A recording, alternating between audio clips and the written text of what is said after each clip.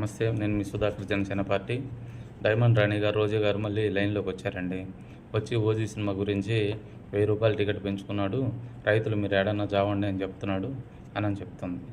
అమ్మా, సినిమాల ఫీల్డ్లో నుంచి వచ్చావో లేకపోతే ఇంకా నువ్వు దేంట్లో నుంచి వచ్చావో అది నీకే వదిలేస్తున్నాము.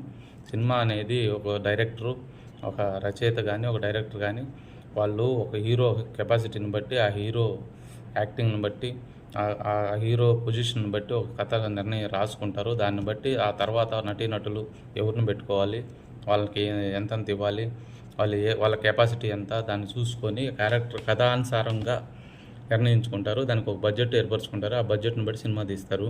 తీసిన తర్వాత వాళ్ళు ఎంతైతే బడ్జెట్ పెడతారో ఆ బడ్జెట్ రావాలనే చేసుకుంటారు. కానీ వాళ్ళకేమో కొవ్వు బలిసి నీలాగా ఆడ దోసుకున్న సొమ్ముతోటి సినిమాలు తీసి ఊరికే గాలికి వదిలేరు. అసలు ₹1000 పెట్టుకున్నారు. వాళ్ళకి ఇష్టమైన వాళ్ళు చూస్తారు, ఇష్టం లేని వాళ్ళు చూడరు. నువ్వు అసలు ఎన్నిసార్లు చెప్పాలి నీకు ఇష్టమైతే చూడు, లేకపోతే మానయ్యి.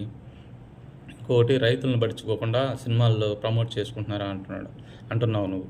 ఏ రోజన్నా ఆయన సినిమా ప్రమోట్ చేశాడా? ఆ రిలీజ్ రోజు తప్ప ఓజీ సినిమాకి ఎప్పుడన్నా ఎక్కడన్నా మాట్లాడా? అసెంబ్లీ సమావేశాల్లో అటెండ్ అయ్యాడు ఆయన. అదే నువ్వు కానీ అయితే అన్ని తైతెక్కలాడుతూ పోయి కూర్చునేదాన్ని స్టేజ్ల మీద, ప్రతి ఇంటర్వ్యూ కూర్చునేదాన్ని. సరే, అది పక్కన పెట్టేసి రైతులను మోసం చేశాడు, రైతుల గురించి పట్టించుకోవట్లేదని మాట్లాడుతున్నావు.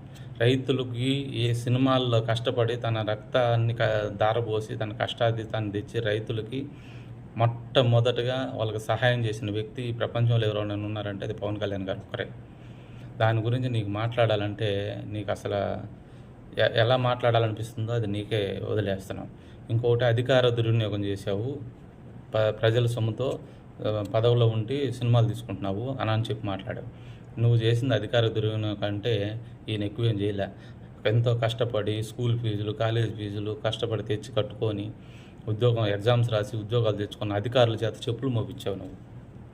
నువ్వు నడిమంత్రపు సిరి వచ్చింది నీకు.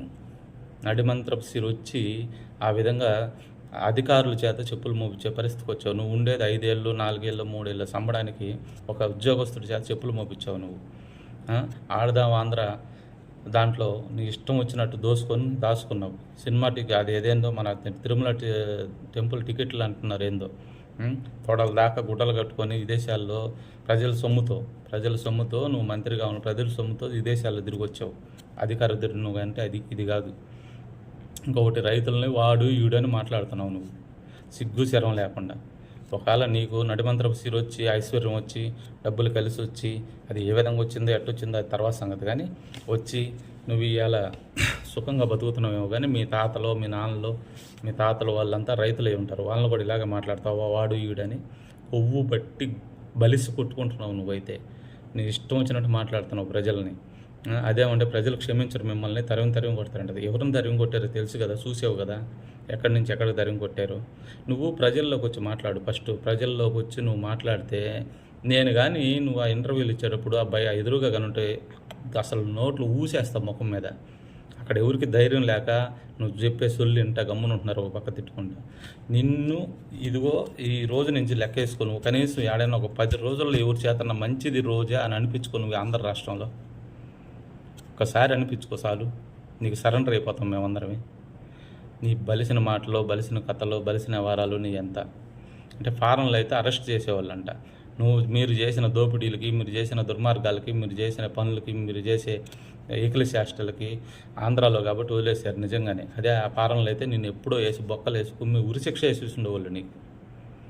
అసలు నీ గురించి మాట్లాడాలంటే చిరాకు పుడుతుంది, అయినా మాట్లాడాల్సి వస్తుంది. ఎందుకంటే నీకు సిగ్గు లేదు. నీకు సిగ్గు లేకపోయినా మేము మాట్లాడాల్సి వస్తుంది. ఏం చేస్తావు? నీకు సిగ్గు శరము ఏమీ లేదు. ఇంకొకసారి పవన్ కళ్యాణ్ గారి గురించి మాట్లాడబాక తల్లి. రోజా డైమండ్ రాణి గారు, మీకు నమస్కారం.